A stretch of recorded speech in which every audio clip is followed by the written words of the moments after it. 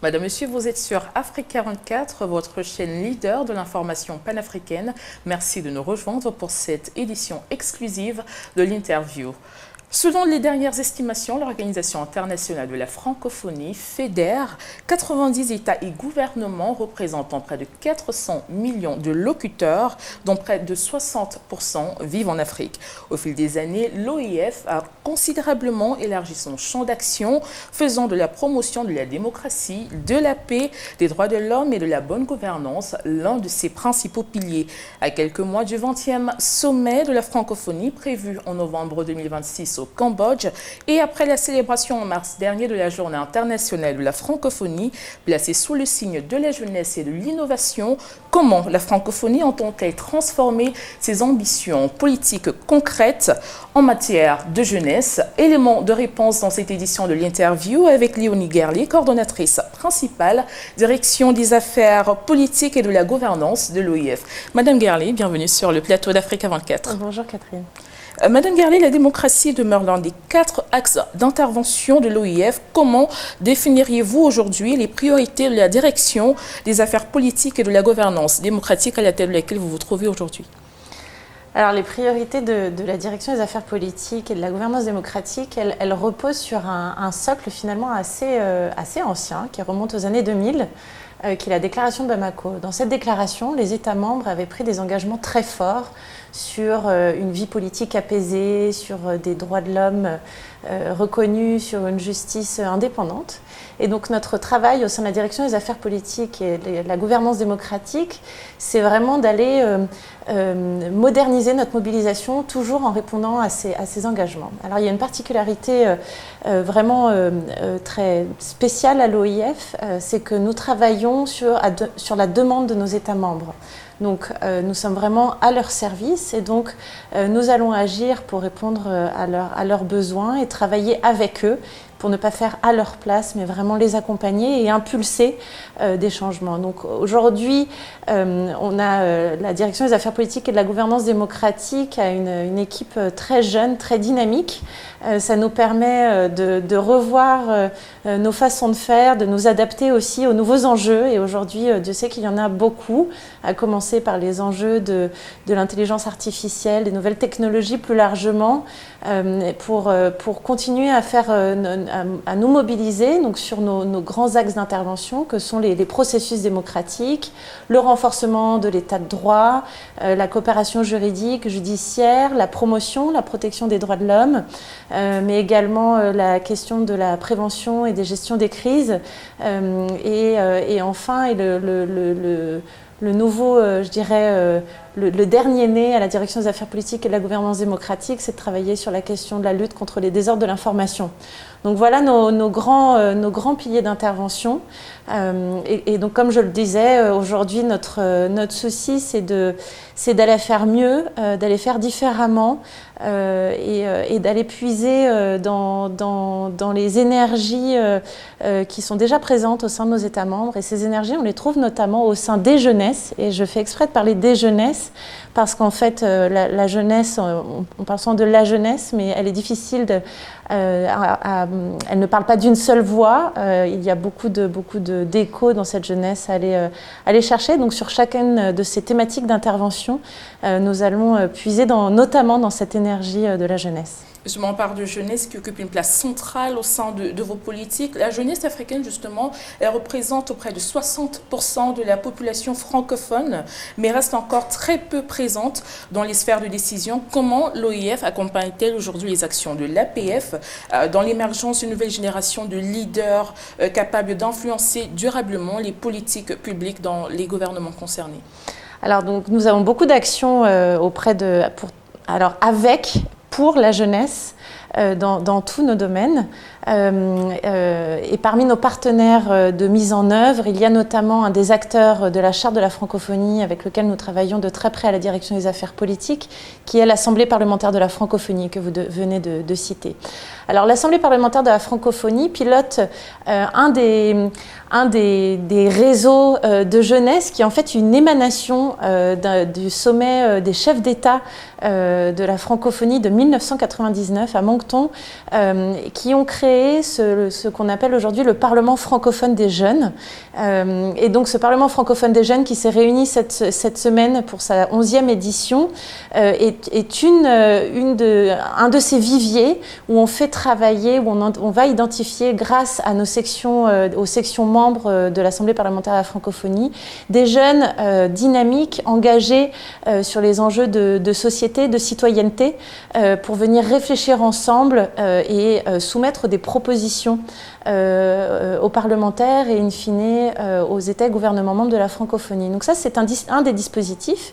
Et puis l'OIF a créé plus récemment, pour le sommet de 2022, un autre dispositif, le Réseau international de la jeunesse francophone. Ce dispositif donc, est né lors du sommet de Djerba, le 18e sommet de la francophonie.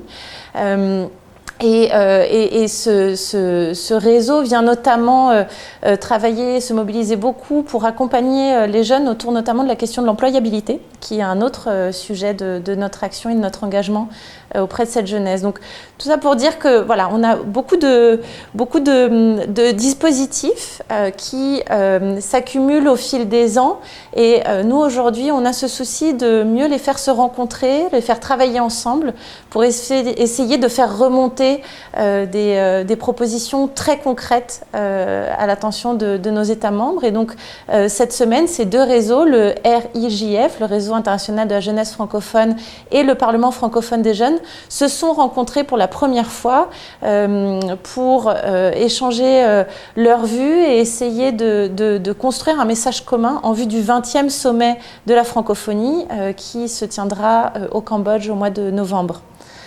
Cette émergence, cette idée de faire se concerter ces différents réseaux émane d'un panel que nous avons organisé lors de la journée de la francophonie le 20 mars 2026 autour de la thématique génération de paix, la contribution d'une jeunesse pour un monde apaisé. Et voilà. Et donc il était ressorti de ces débats autour de 5 jeunes très, très dynamiques, très engagés, avec des problématiques finalement très différentes. Mais voilà, on s'est rendu compte que les problèmes sont différents, mais finalement les solutions peuvent souvent être similaires. Et donc voilà, donc, notre engagement, c'est d'impulser plus de concertation entre ces jeunes et essayer de faire parler leur pluralité quand même d'une voix unie et solitaire. Justement, quand on parle de jeunes, on parle également de femmes. Celles-ci représentent un peu plus de 50% de la population de l'espace francophone. Pourtant, leur représentation dans les institutions publiques demeure largement inférieure à celle des hommes dans de nombreux États membres. La déclaration de Djerba dont vous avez parlé et le cadre stratégique 2023-2030 de l'OIF réaffirment pourtant l'engagement de la francophonie en faveur de l'égalité homme-femme et du renforcement du leadership féminin. Donc, les faits, quels progrès avez-vous fait aujourd'hui en matière de leadership féminin? Alors c'est une vaste question, la question du leadership féminin. Il y a effectivement là encore beaucoup de leviers au sein de la francophonie qu'on peut mobiliser autour de cette question du leadership féminin. Alors il y a un levier fondamental avec les parlementaires, où ils ont là aussi au sein de l'Assemblée parlementaire de la francophonie plusieurs dispositifs pour travailler autour de ces questions. En complément de ce travail avec le réseau des femmes parlementaires et des actions qu'on peut faire pour renforcer les capacités des femmes parlementaires, notamment beaucoup de formation au leadership, à la prise de parole en public de ces femmes parlementaires que nous soutenons. Il y a d'autres actions que nous menons sur nos différentes thématiques. Nous travaillons par exemple beaucoup avec la société civile pour aller sensibiliser, mobiliser les femmes, pour les encourager à aller voter, pour les encourager à s'engager dans la politique, à se porter candidate sur des listes. Donc ça fait partie de nos mobilisations, un exemple de mobilisation très concrète avec la société civile. Il y a aussi un travail sur un autre de nos piliers, qui est la question des médiation communautaire, nous avons des viviers de femmes médiatrices qui font un travail absolument remarquable. Et donc ces dernières années, on a notamment travaillé avec des réseaux de femmes médiatrices au Tchad ou dans le nord de la Côte d'Ivoire, par exemple, pour mobiliser les populations et faire ce travail de médiation. Alors, Madame Guerlier, le Parlement francophone des jeunes illustre la volonté de la francophonie de promouvoir une citoyenneté active. Au-delà de ce type d'initiative, quel mécanisme l'OIF met-elle en place pour que les jeunes puissent participer durablement à l'élaboration, au suivi et à l'évaluation des politiques publiques dans leur pays? Alors déjà, au sein même déjà de l'OIF, il y a ce travail, cette consultation récurrente de la jeunesse. La secrétaire générale avait lancé une première consultation en 2020 de la jeunesse.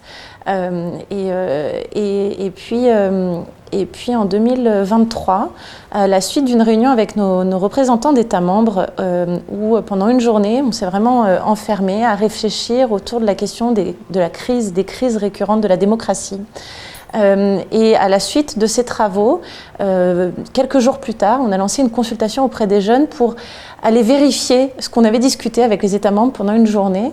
Et la jeunesse, dans ses réponses, est venue nous confirmer une des pistes identifiées ce jour-là.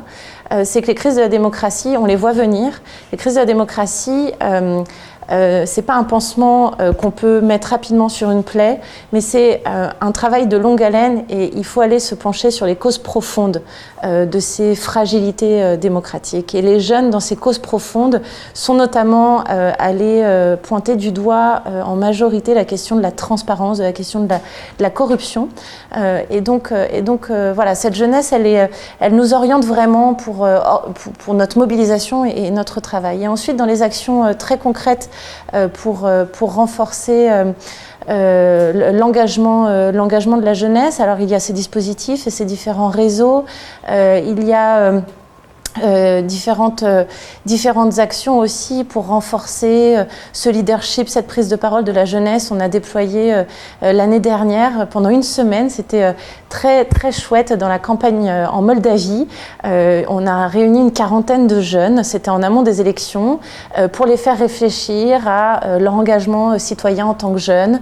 Qu'est-ce que ça voulait dire, de quelle manière, quelles étaient les différentes modalités d'engagement, quels étaient aussi les dangers. Et évidemment, aujourd'hui, un des grands sujets, c'est la question des réseaux sociaux, comment on doit les utiliser, quels sont les dangers des réseaux sociaux quand on veut s'engager politiquement. Donc voilà des actions un peu phares qu'on mène à petite échelle. Encore une fois, l'OIF n'a pas la prétention d'aller faire à la place de ces États. L'OIF n'a pas non plus les moyens de faire des grands programmes d'envergure, mais notre plus-value, c'est vraiment d'aller impulser des choses, d'aller chercher cette énergie et de semer des graines pour lancer des mobilisations qu'on espère plus grandes sur cette question, notamment de la jeunesse qui nous tient vraiment à cœur. Pour sortir de cet échange, nous allons parler du 20e sommet de la francophonie, prévu en novembre prochain, qui doit définir les nouvelles orientations pour les années à venir. Quelles avancées souhaiteriez-vous voir inscrites à l'agenda en matière de participation citoyenne, de jeunesse et de leadership féminin? Alors, je crois que nos États sont très conscients de l'importance de mieux et de plus valoriser la jeunesse. Ce qu'on dit souvent à l'OIF, c'est que la prise de conscience est là, les engagements et la bonne volonté est là, et on a des belles discussions et des beaux consensus, parce qu'à la francophonie, on travaille avant tout par consensus. Alors c'est difficile parfois à 90, mais sur des questions et des sujets comme celui de la jeunesse, le consensus est là, il ne fait presque pas débat.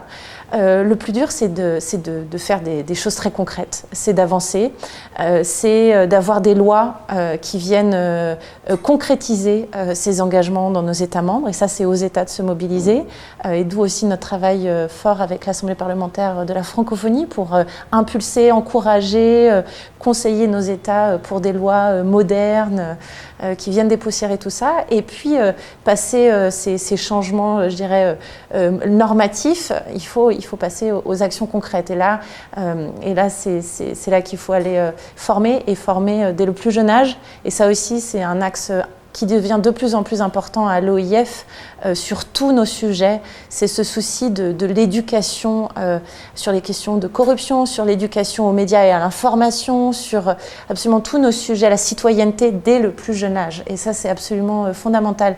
Donc la conscience, elle est là.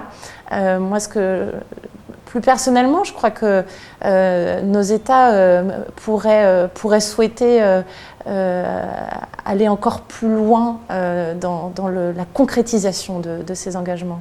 Madame Léonie Guerlet, merci d'avoir répondu aux questions d'Africa 24. Merci beaucoup. C'est un plaisir de vous avoir sur notre plateau. Madame, Monsieur, c'était l'interview. Merci de l'avoir suivi. L'actualité se poursuit sur nos différentes plateformes, africa24tv.com et sur l'application MyAfrica24. Tout de suite, une nouvelle édition de l'actualité africaine.